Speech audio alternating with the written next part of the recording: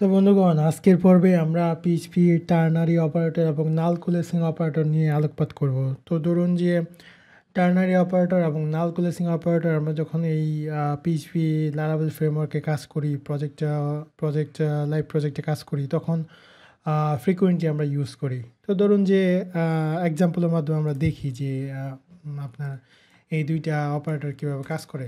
যেমন ধরেন যে টার্নারি অপারেটর মূলত যদি আপনার ফার্স্ট ভ্যালুটা যদি ট্রু হয় তাহলে আপনার ফার্স্ট ভ্যালুটা প্রিন্ট করে, আদারওয়াইজ সেকেন্ড ভ্যালুটা প্রিন্ট করে। যেমন ধরেন আমি এখানে একটা ইউজার লগড ইন একটা ভেরিয়েবল নিলাম এবং এটাকে ট্রু করলাম। এখন ধরেন যে আমি মেসেজ একটা ভেরিয়েবল নিয়ে আমি টার্নারি অপারেটরটা কীভাবে লিখব, যে ইউজার লগড ইন, যদি এখানে একটা কোশ্চেন মার্ক দিব, যদি ট্রু হয় তাহলে সে কি প্রিন্ট করবে, তাহলে সে প্রিন্ট করবে ইউ আর ওয়েলকাম। আদারওয়াইজ এখানে একটা আমরা কুলন দিব, কুলন দিয়ে আদারওয়াইজ লিখবো যে লগ ইন ফার্স্ট। তো এই যে এটা হলো একটা টার্নারি অপারেটর, যে আপনি একটা ভেরিয়েবল ডাটাবেস থেকে ফ্যাচ করেছেন, সেটা যদি ট্রু হয় তাহলে আপনি এই মেসেজটা দিবেন, আর ট্রু যদি না হয় তাহলে সে এটা প্রিন্ট করবে। তো এখন যদি আমি এটাকে এই মেসেজটাকে ইকো করি, এটাকে যদি আমি ইকো করি, এখন আমরা যেহেতু এটা ট্রু, তাহলে এই যে ইউজার লগড ইন ট্রু, তাহলে ইউ আর ওয়েলকাম প্রিন্ট করার কথা। তো ধরুন যে আমরা এখানে রিফ্রেশ দিলাম, এই যে ইউ আর ওয়েলকাম কিন্তু আমাদের এখানে দেখাচ্ছে। আবার ধরুন আমি এটাকে ফলস করে দিলাম, যে ইউজার লগড ইন লজিকে যে ভেরিয়েবলে যে লজিকটা আমরা রেখেছি সেটা অ্যাকচুয়ালি ফলস পেয়েছে, তখন লগ ইন ফার্স্ট বলবে। তো এটা হচ্ছে আমরা সংক্ষিপ্তে যেটা লিখতে পারি টার্নারি অপারেটর।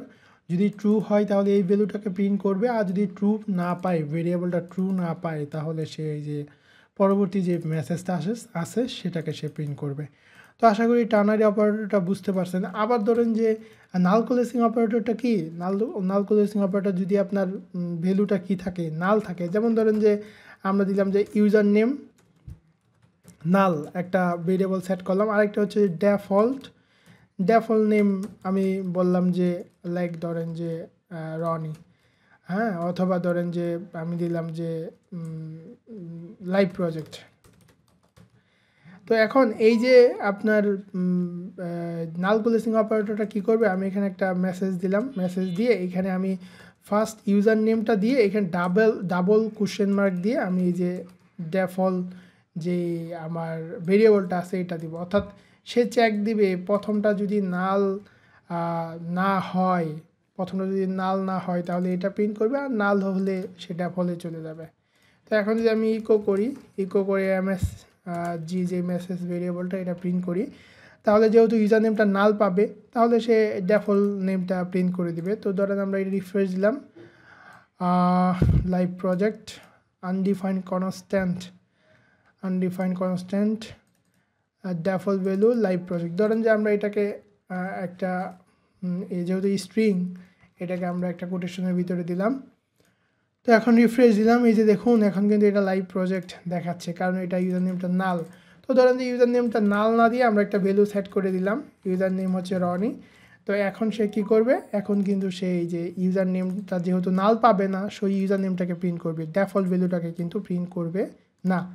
অনেক সময় হয় কি, অনেক সময় আমরা যে ডাটাবেস থেকে যখন একটা কোয়েরি করে ফ্যাচ করে ডেটা নিয়ে আসি, অনেক সময় ডাটাবেসে কলামের ভ্যালুটা নাল থাকে, তখন আমরা এই যে নাল কুলেসিং অপারেটরটা ইউজ করি, যে যদি নাল থাকে তাহলে তুমি ডিফল্ট ভ্যালুটা প্রিন্ট করবা, হ্যাঁ, ডিফল্ট ভ্যালুটা প্রিন্ট করবা, যেন যেই জায়গাতে আমরা প্রিন্ট করতেছি ওই জায়গাটা যেন এমটি না থাকে। এমটি থাকলে ডিজাইনটা ভেঙে যাবে বা ডিজাইনে প্রবলেম হবে।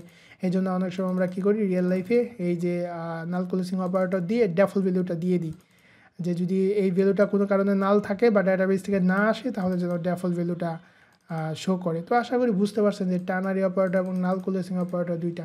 পরবর্তী ভিডিওতে আমরা চেষ্টা করব লজিক্যাল যে স্টেটমেন্টগুলো আছে সেগুলো নিয়ে আলোকপাত করার জন্য। Thank you.